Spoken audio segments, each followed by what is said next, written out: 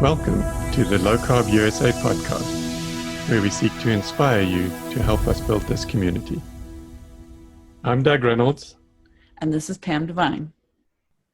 So Sam, welcome. And I've been looking forward to having this chat. I just finished reading the book yesterday, actually.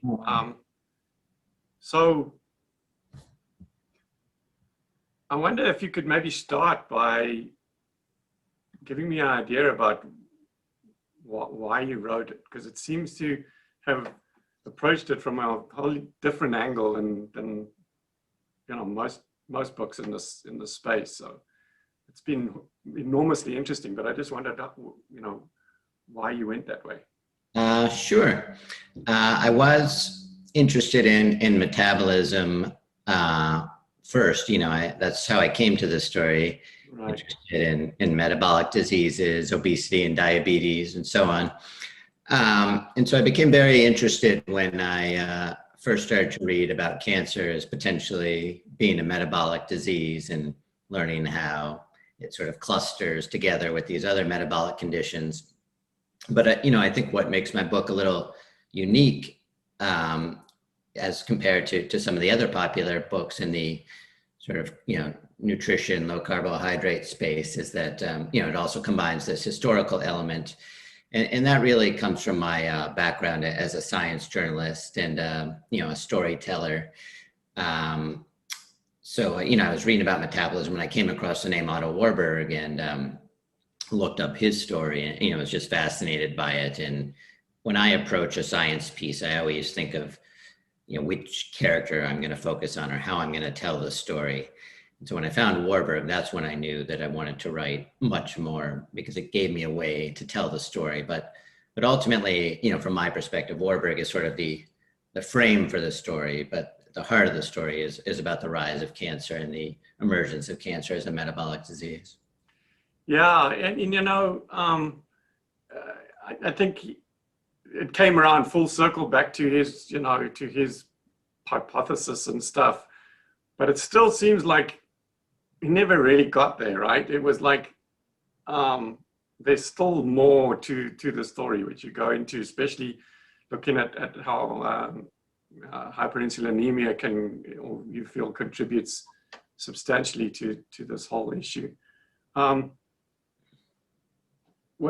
where do you feel like how far do you think he really got in terms of solving it and how much more have we got to learn? Yeah, well, it really depends on who you ask. A lot of people who are interested in cancer metabolism have learned of the field through Thomas Seyfried, who's a popular professor who, really thinks that Warburg got it exactly right. So, it depends on your perspective. My emphasis, I think Seyfried's added a lot to the discussion of cancer metabolism and it has really helped put it back on the map. But my interest was more on the sort of glucose insulin side and less on the angle that Seyfried emphasizes, which is, the sort of breakdown in the mitochondrial function. So they're closely related. It's a little bit more of where you put the emphasis. But because I was interested in connecting it back to diet, I was particularly focused on insulin resistance and hyperinsulinemia as being sort of the earliest stages of many of these obesity-related cancers. Yeah, I feel like a lot of people, scientists in this low carb space, feel that like insulin resistance is the underlying cause of all these metabolic diseases and chronic diseases that we suffer from. And I have always felt like I wanted to put cancer in that same bucket. It just the same as all these other things. It's like we didn't have it back then. If you look in the in the primal days, cancer wasn't there or very little, and now suddenly there's been this surge. And when you look at these nations like the Inuit and the Maasai and all of those kinds of things where it didn't exist. But the minute you introduce him to the Western diet, suddenly, you know, cancer starts appearing. So basically it just ramps up. I'll just say, I mean, to me, that's really the heart of my book, from my perspective, at least, you know, is trying to solve that mystery. What happened? Why was cancer once a rare disease and now just, you know, ubiquitous at epidemic levels? And, you know, there's really been you know, for more than a century, people have been searching for answers. You know, smoking is one answer for, you know, for lung cancers in particular, but I think we've maybe missed, you know, or largely missed the single biggest factor of all, which is, you know, this metabolic dysfunction, which you've referenced. So, you know, that's what I hope the takeaway will be from the book. Yeah, I was fascinated to suddenly, towards the end of it, suddenly Lewis Cantley's name came up. Yeah. We did a conference in San Francisco in conjunction with another organization called Jumpstart MD, and those guys actually organized the speakers for that particular event, as opposed to pulling from my normal pool of speakers. And Lewis was one of the speakers there. And Yeah. I think of all the talks that happened over that weekend, like Lewis's was the one that like jumped out at me. I was like, whoa. And it was all about PI3K, right? Yeah, so it was a PI3K inhibitor, and what they experienced when they tried to introduce that, even in mice and then in humans as well, that if you try to inhibit it, the glucose just like totally out of control. And they tried metformin, and they tried all sorts of things to try and keep the glucose down, and failed until they introduced the ketogenic diet. And the minute they then used this PI3K inhibitor in conjunction with the ketogenic diet, it kept the glucose under control, and in 100, at least in the mice models, 100% of the time, the tumors basically cleared up. Yeah, And yeah, it's pretty extraordinary. Yeah, the ketogenic diet in conjunction with those PI3K inhibitors looked really promising in the mice study. You know, I think even he would say it's too soon to say, but it certainly is a very promising avenue of research, which, you know, I'm excited to see where his research goes. He was, you know, a huge influence on my thinking about cancer and sugar in particular. yeah, I did a podcast interview with him like after that event, and he, at the time, I need to circle back with him, because at the time he was talking about actually setting up some real trials with humans and not just looking at mice models, and especially for breast cancer and stuff. I think he was really hopeful that this was going to be massively beneficial. So I mean, so what are your thoughts in terms of where this should go from here? I mean, it's like, do you feel like there needs to be, did what you discover, do you feel that would lead to potentially more research into the actual influence of glucose and especially insulin in terms of in terms of the cause of this? You know, because whenever I speak about this, and not just with all the different metabolic diseases, it's like, yeah, okay, so we find that it has this massive benefit of reversing type 2 diabetes, for instance. But so my point is, well, why aren't we encouraging people to eat like this from the beginning so that they don't develop type 2 diabetes, so that we have to implement this as a therapeutic intervention now to cure them of type 2 diabetes, or to reverse that type 2 diabetes? Why not try and encourage everybody to eat this way ahead of time to prevent it? Now, you don't know ahead of time whether you're going to be one of those people that will develop diabetes, but why wait until you get it to say, oh yeah, I was one of those guys. All right, now I'll go on a low carb diet to try and reverse it. Yeah.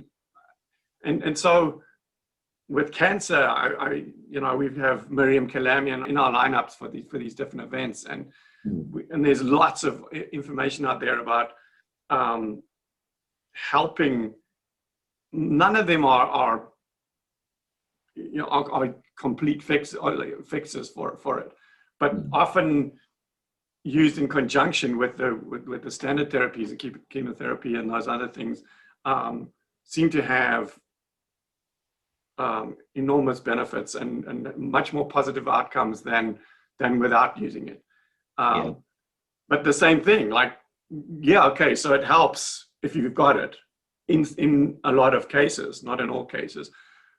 But why not try and eat right from the beginning in order to not actually get sick in the first place? You know, and I feel like you don't know which chronic disease you're going to end up with, whether it's cardiovascular disease or diabetes or Alzheimer's further down the road, or cancer. You kind of, having got to the end of this research and that for this book, do you feel like that's the case, that this is something that really genuinely, by changing the way we eat, can prevent cancer in a lot of cases? Yeah, certainly not 100%. You know, some cancers are inherited, some are, you know, bad luck or random mutation. As you get very old, your chances increase. But I think that we could make a dramatic dent in the cancer rate and get it, you know, way down, simply by, you know, restoring metabolic health to, you know, a place that, you know, where it was a century ago. Now, admittedly, that's extremely difficult task. You know, there are many factors working against us. But what I hope for is that, you know, a much more widespread appreciation of the role of hyperinsulinemia in cancer, because we've had for a long time this, you know, correlation studies. We see that people who are obese are much more likely to get cancer. You know, there's 13 cancers that have been strongly linked to obesity. And at the same time, we have high levels of insulin linked to cancer through these correlation studies.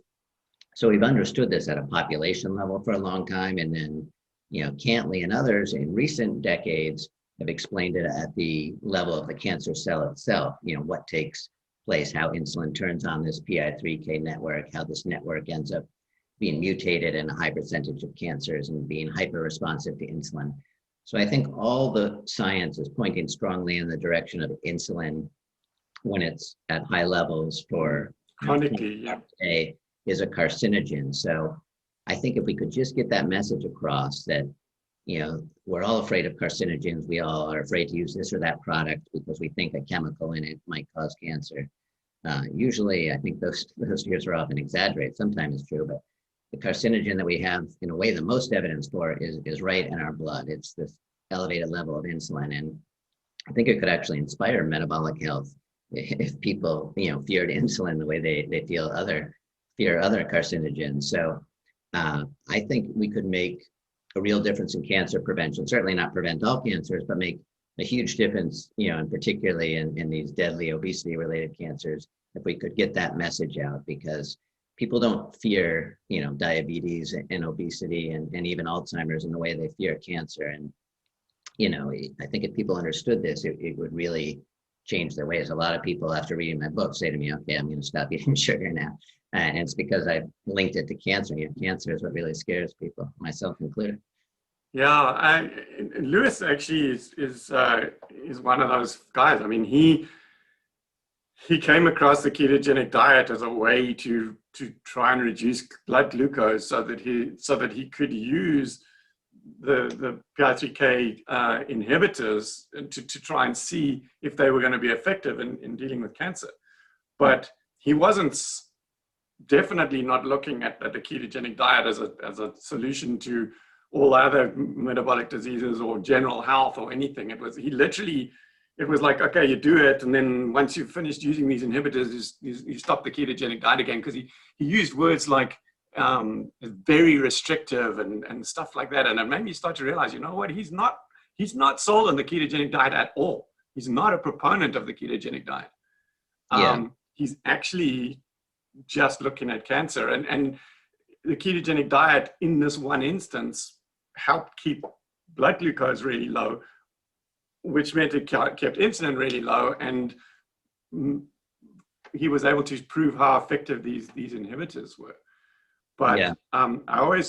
even when I was talking to him when I did the podcast, it was like, again, it was like often saying like just little comments that came through that made me feel like he's not sold on the idea of a ketogenic diet as a good thing outside of trying to keep blood glucose levels low when you're taking this inhibitor. So, but something you mentioned in the book was like, now he doesn't eat sugar anymore. It's like, he's come to realize, even though he's maybe not a ketogenic diet guy, he's at least realized like sugar is a big deal.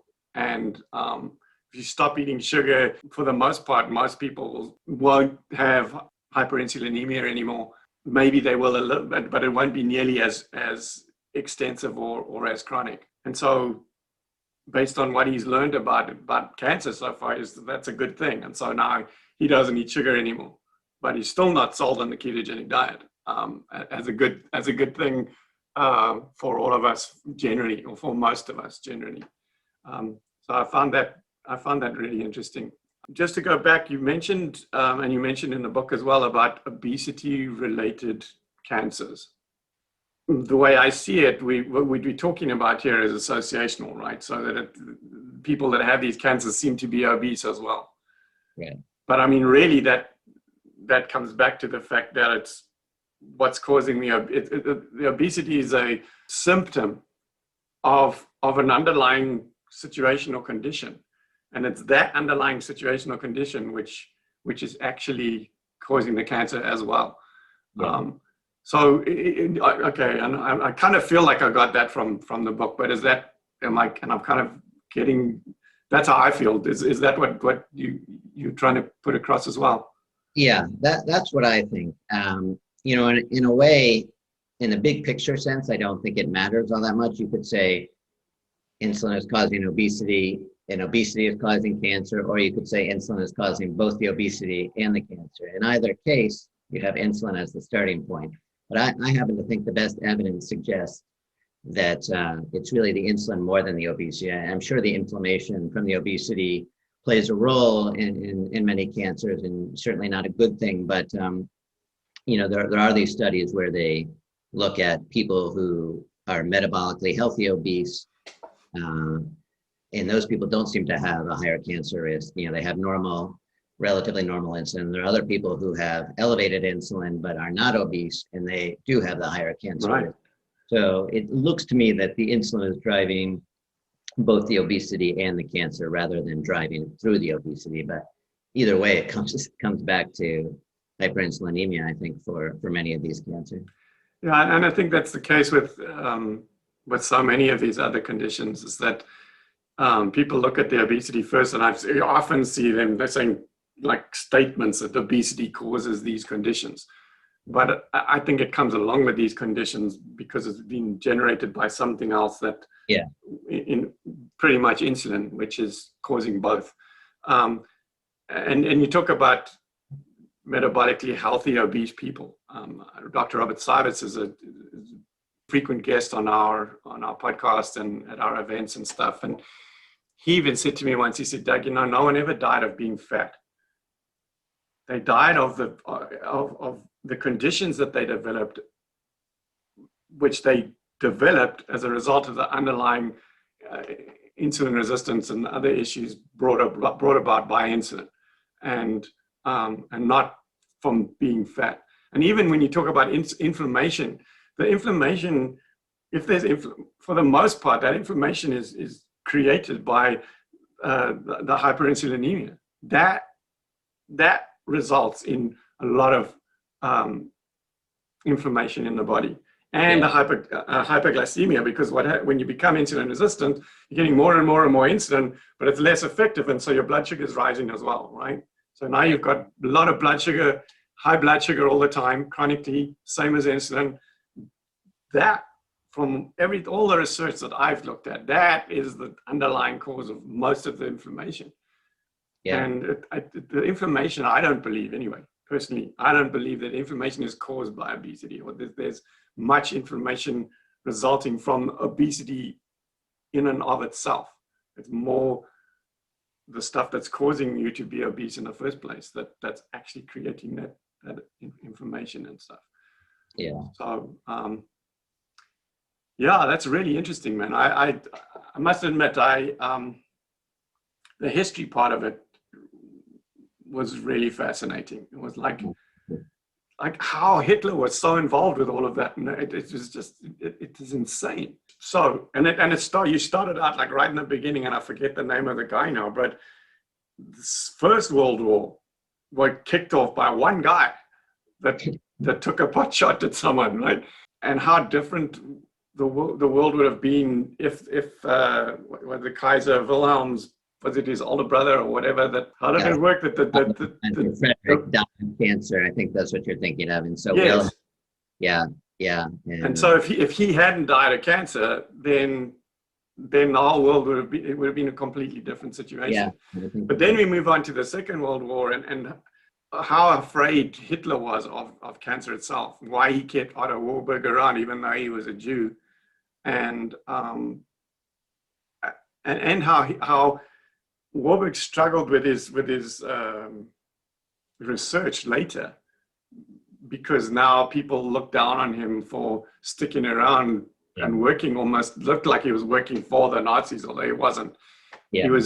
He hated them all, but he didn't leave, and he didn't refuse to work for them or with them. And so he struggled with funding and being ostracized by his peers and all sorts post-war. I'm just trying to see how you feel the science might have gone if that Hitler World War II or Warburg interaction had never happened or come about. It's a good question. I mean, in a big picture sense, I do think that, science was set back, tremendously by World War II, and particularly the study of obesity. Gary Taubes writes about this, talks about this a lot. A lot of stuff is just lost. Ideas about, how we store fat, for example, and the hormonal interplay, was starting to be understood in Germany before the war, and then just disappears. So with Warburg's research, he was forgotten about as well. And you have this remarkable period in the second half of the 20th century where nobody's even thinking about metabolism. It's just a forgotten science. It's not only because they didn't like Warburg, although that's part of it, but the other part of it is just the excitement about the new genetic understanding of cancer and the discovery of oncogenes and metabolism started to feel like this old boring stuff. And so they forgot about it, but the extent to which it was forgotten, amazes me, because even after the PET scan comes onto the scene, a PET scan is this diagnostic test where all it does is basically look at where in the body you're taking up extra glucose, and that's where you have cancer. So in a way, it's like staring all of, cancer science in the face, but nobody is focused on it. Even though it's such a fundamental thing. There's this famous paper that comes out in 2000, the hallmarks of cancer. It doesn't even list, doesn't mention Warburg, doesn't list metabolism as one of the hallmarks of cancer. They later revised it, but it was just gone. And what I didn't even realize this when I started my book, but it really is striking, I think, that it's in the late 1990s where at the very same time, the first scientists that are rediscovering Warburg, they're making their first discoveries in the late 90s. That's also the time when these obesity studies start to come out, which show like this tremendous correlation between obesity and cancer. So these two things started to come together in the late 1990s. Something's going on with the metabolism of the body, and something's going on with the metabolism of the cancer cell, the rediscovery of Warburg. And then it's taken, 20 years, I think, for a lot of this to all sort of come together. But that's what I was trying to do in my book, in a way, is to connect these two stories, because the epidemiologists studying obesity rates aren't necessarily, talking to people like Cantley, who's studying what insulin does inside the cancer cell. So, my story, in a sense, is how all these forces come together in the end to paint a picture of cancer, or many types of cancer, as a metabolic disease, that's appears to be driven by insulin resistance and hyperinsulinemia. Yeah, but it's just so interesting that so many things, like, interconnected and seemingly unrelated, but interconnected, and that all resulted in us of finally getting to a point here where we still don't really understand everything about it, but we're so much further down the road, and how different that might have been.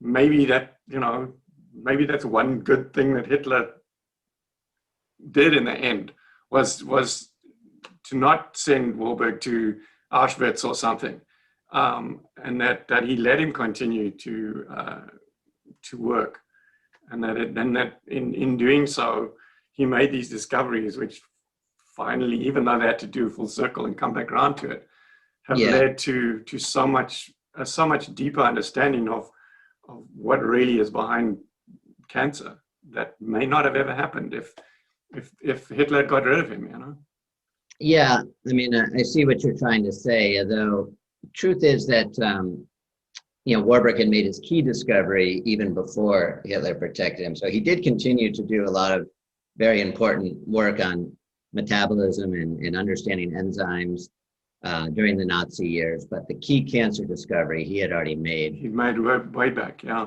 that's true. I'd like to actually give Einstein some credit, because it's the story I tell in my book. Warburg had been serving in World War I and was at the front and didn't want to come back. And Einstein actually wrote him a letter saying, you got to come home. You're too important to science.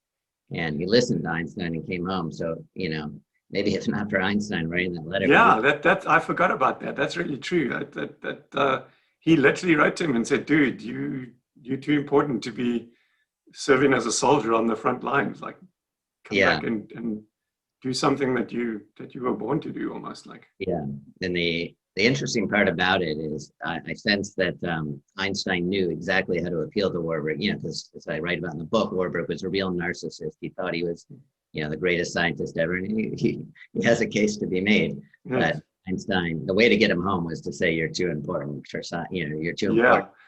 That's what he would understand. Yeah, and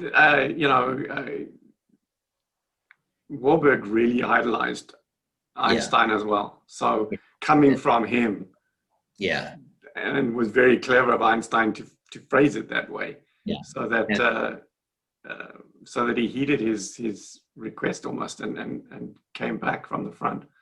It's just like we were talking about the one guy that set off the World War I, the whole World War I. It's amazing how one little thing along this timeline things might have been so different if that thing didn't happen, or that person didn't say this to somebody. It's pretty amazing. I think about contingency all the time. It's maddening and fascinating, at the same time. Yeah, I think that's what I really, really encourage people to read this book. It's just captivating about the way you've spun this web, of this whole picture of how everything affected everything else, the war, the personalities involved, and how this whole conversation has got to where it is now. And it isn't obviously completely sorted, but I think we're a long way further down the road than we could have been if some of these things didn't happen. So just to finish off, how do the book, we didn't even talk about it in the beginning. The book's called Ravenous, right? What's the best way for people to get it? Is it, because I know I got it, it's on Kindle. I also got it on Audible. In fact, that's how I ended up reading most of it, was to listen to it in some of my downtime.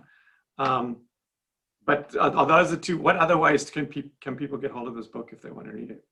It's the hardcover, the Kindle, or the Audible. Those are and through Amazon, the hardcover, and that's through Amazon as well. Are there other outlets that ideally, the hardcover should be available everywhere. Okay. Even like in bookstores and stuff as well. Yeah, it should be. It came out in the US on May 25th and in Europe in June 25th. So it's still only in English, but I hope eventually it'll be in some other languages as well. German would be good. Yeah. Yeah. Okay. So in bookstores, if you're looking for the hardcover, on Amazon, Kindle, Audible. Right. And if people are even more fascinated by this history and everything and want to converse with you further about it, are you happy to share some contact details that people can try to contact you if they'd like to? I'll put it in the show notes as well if you're up for it. That would be great. My website is samapple.com, and that has a contact form. So I always see the emails that come through there. Okay. At Twitter, I'm at Sam_Apple1. Okay. And those are the main. Those are the two main ways to get hold of you. Yeah. Okay. Well, yeah. Thank you for taking the time to do this interview quickly. I'm really pleased that it was one of our email groups that I saw the conversation going on, that's how I learned about the book, and jumped on it and decided to try and get you to come and talk about it here, because it's a whole different slant on the whole conversation. So thank you for writing it. It's been fascinating. Thank you for being part of this interview.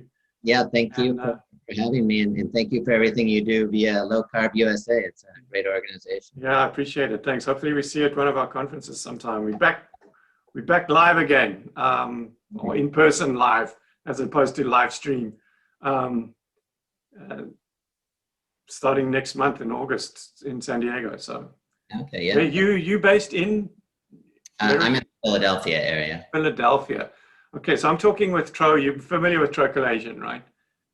With whom? Trochilasian. Oh, yes, yeah. Yeah, so we talking about doing a New York event next year sometime. So maybe that'd be great. That'll be close enough for you to pop by and say hi. Yeah, sounds great. All right. All right, thanks so much. Thanks, mate. Okay, take care. You've been listening to an episode of the Low Carb USA podcast. You can support us on Patreon at patreon.com/lowcarbusa.